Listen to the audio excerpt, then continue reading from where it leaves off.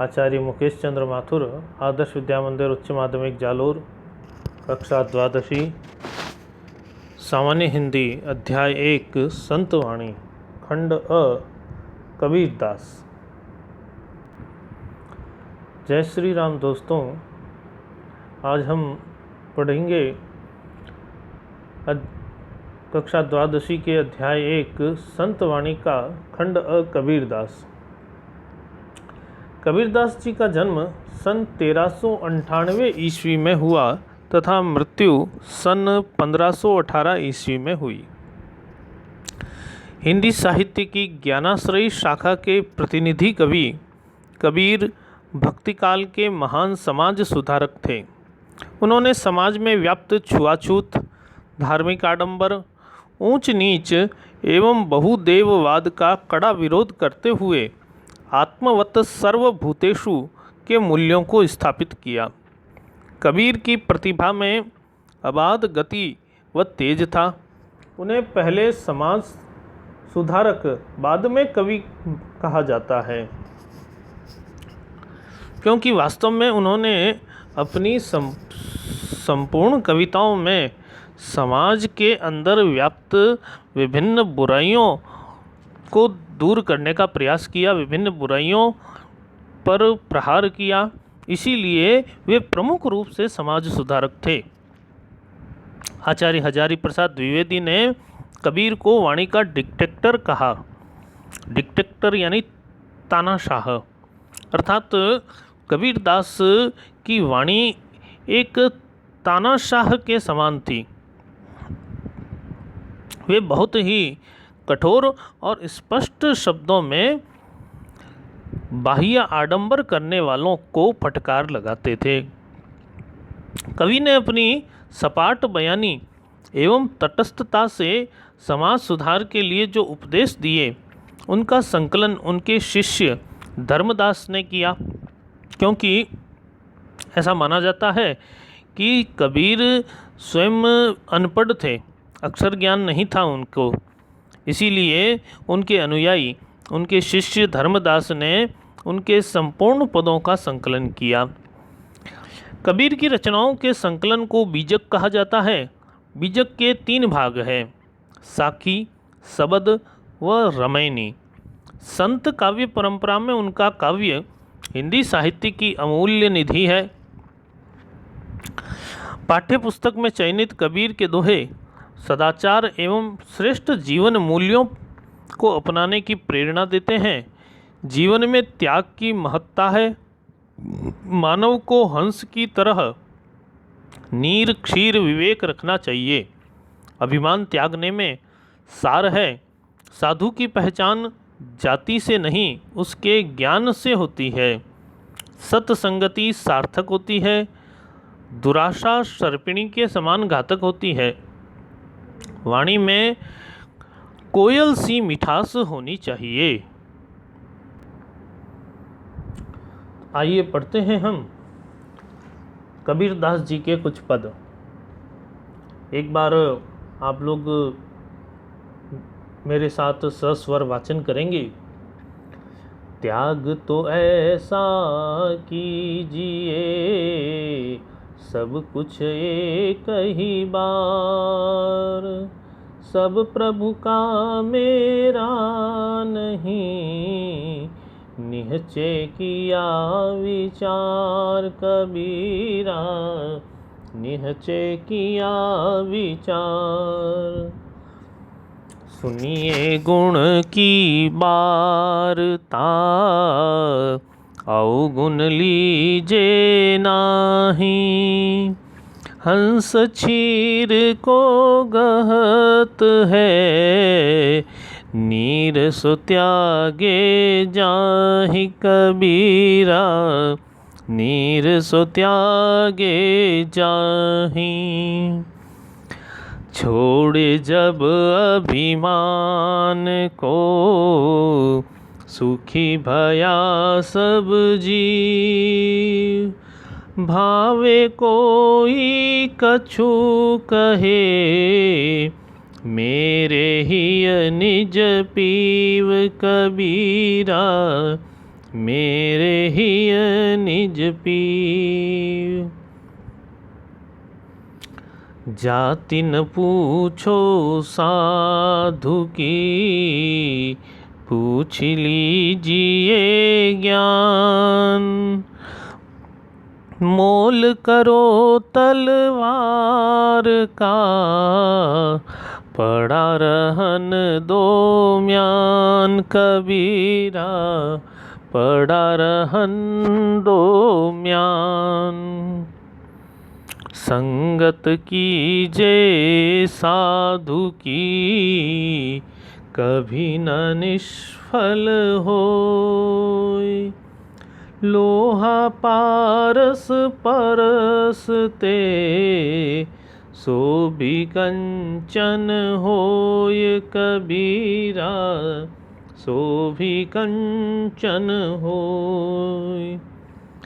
मारिए आशा सांपनी, जिन डसिया संसार। ताकि औषध तोष है, ये गुरु मंत्र विचार। कबीरा ये गुरु मंत्र विचार। कागा को धन हरे, कोयल को देत। मीठा शब्द सुनाय के, जग अपनो करी लेत। कबीरा जग अपनो करी लेत। प्रथम पद में कबीरदास जी कहते हैं, त्याग तो ऐसा कीजिए सब कुछ एक ही बार। सब प्रभु का मेरा नहीं, निहचे किया विचार। अर्थात मनुष्य को एक बार दृढ़ निश्चय करके सब कुछ त्याग देना चाहिए। यह मन में यह मानते हुए कि सब कुछ प्रभु का है, मेरा इस कुछ नहीं है, यह विचार करते हुए सब कुछ त्याग देना चाहिए। ईश्वर की राह में समर्पित कर देना चाहिए। हम लोग एक आरती बोलते हैं, आरती की एक पंक्ति बोलते हैं, तेरा तुझको अर्पण क्या लागे मेरा। यही भावना अपने मन में रखते हुए अपना सब कुछ ईश्वर के चरणों में समर्पित कर देना चाहिए। अगले पद में कबीरदास जी कहते हैं, सुनिए गुण की वार्ता अवगुण लीजे नाही।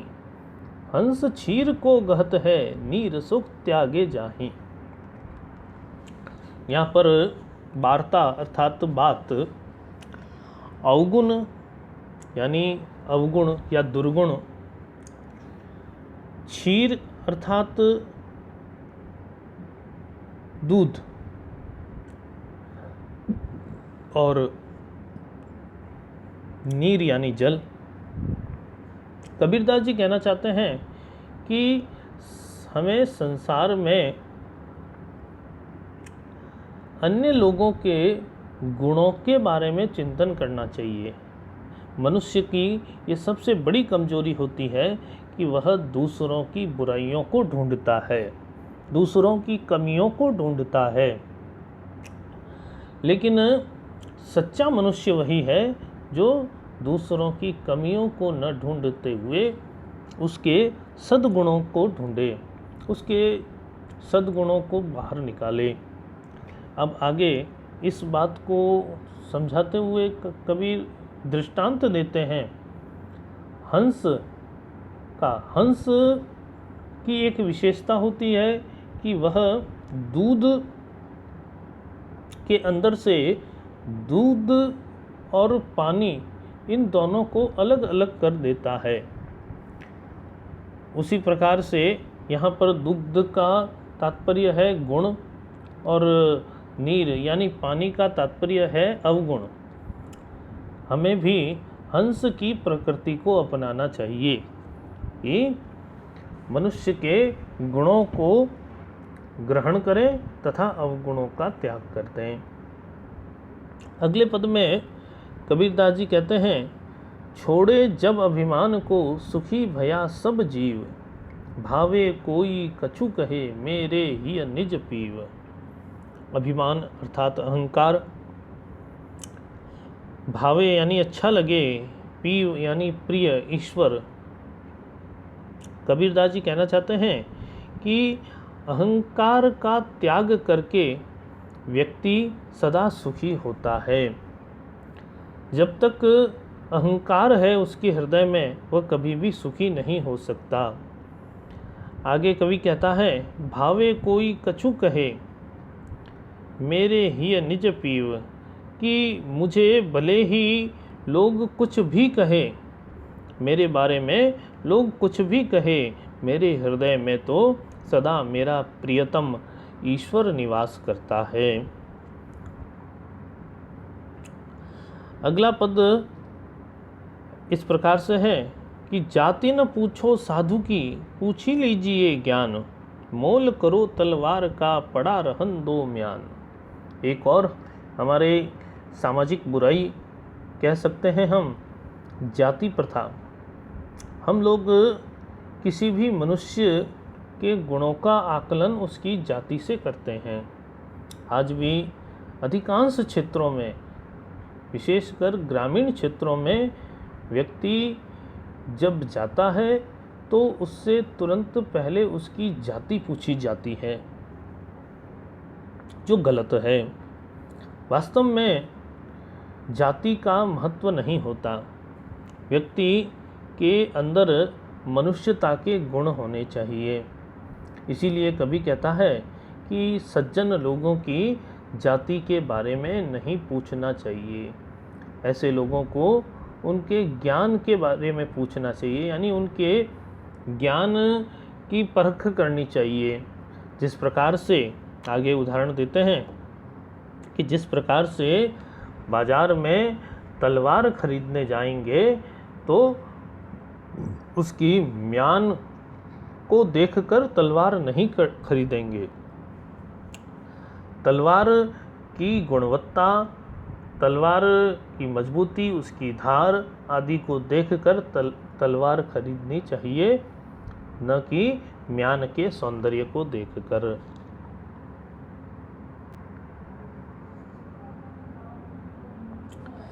अगले पद में कबीरदास जी कहते हैं, संगत कीजे साधु की कभी न निष्फल होए, लोहा पारस परस ते सो भी कंचन होए। साधु यानी सज्जन, निष्फल यानी व्यर्थ, परस यानी स्पर्श। यहाँ पे भी पारस परस में अनुप्रास अलंकार है। कबीरदास जी कहना चाहते हैं कि हमेशा सज्जन लोगों की संगति करनी चाहिए, सज्जन लोगों से मित्रता करनी चाहिए, जो कभी भी व्यर्थ नहीं होती। सज्जन लोगों से की हुई मित्रता से हमें लाभ ही लाभ मिलता है। जिस प्रकार से आगे उदाहरण देते हैं, और जहाँ कोई बात को समझाने के लिए उदाहरण दिया जाता है, वहाँ उदाहरण अलंकार होता है। उदाहरण देते हैं कि जिस प्रकार से लोहा पारस के स्पर्श से स्वयं सोना बन जाता है। पारस एक ऐसा पत्थर होता है जिसके अंदर यह गुण होता है कि लोहे को स्पर्श करते ही वह लोहे को सोना बना देता है। तो ऐसा सज्जन व्यक्ति पारस के समान होता है, जो अपने मित्र को स्पर्श करके उसे सोने की भांति गुणवान बना लेता है। मारिए आशा सांपनी। आशा सांपनी का तात्पर्य है आशा रूपी सर्पिणी। यहाँ पर आशा को सर्पिणी माना है। जहाँ कहीं भी इस प्रकार से उपमेय और उपमान में भेद रहित आरोप होता है, अर्थात उपमेय को उपमान ही मान लिया जाता है, वहाँ पर रूपक अलंकार होता है। तो आशा सांपनी में भी रूपक अलंकार है। डसिया यानी वश में कर रखा है। तोष तोष यानी संतोष, गुरु मंत्र अर्थात गुरु की शिक्षा। कबीर ये कहना चाहते हैं कि आशा रूपी सर्पिणी को मारना चाहिए, अर्थात अन्य लोगों से ज़्यादा आशा बांधे रखना अच्छा नहीं है। जब हम दूसरों से आशा रखते हैं और वे लोग हमारी आशा पर खरे नहीं उतरते, तब हमारे अंदर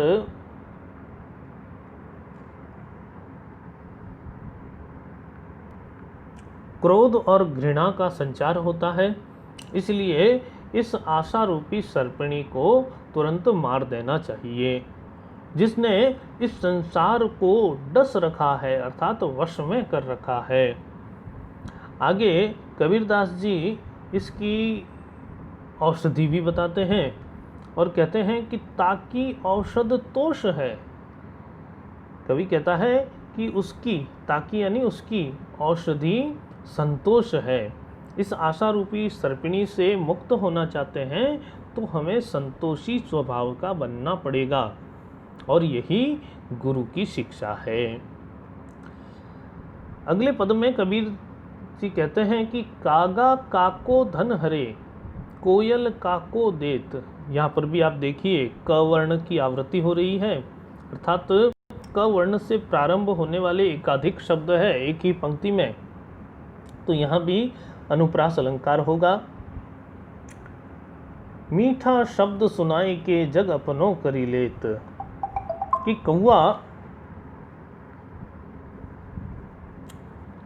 कौआ किसी का धन नहीं हरता और कोयल भी किसी को कुछ धन नहीं दे देती। केवल दोनों के बीच में एक वाणी का अंतर है।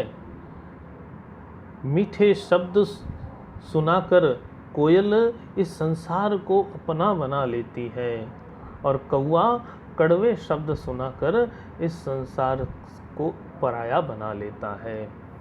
इसलिए मीठी वाणी का हमारे जीवन में अत्यधिक महत्व है। मीठी वाणी का ही सदा उपयोग करना चाहिए।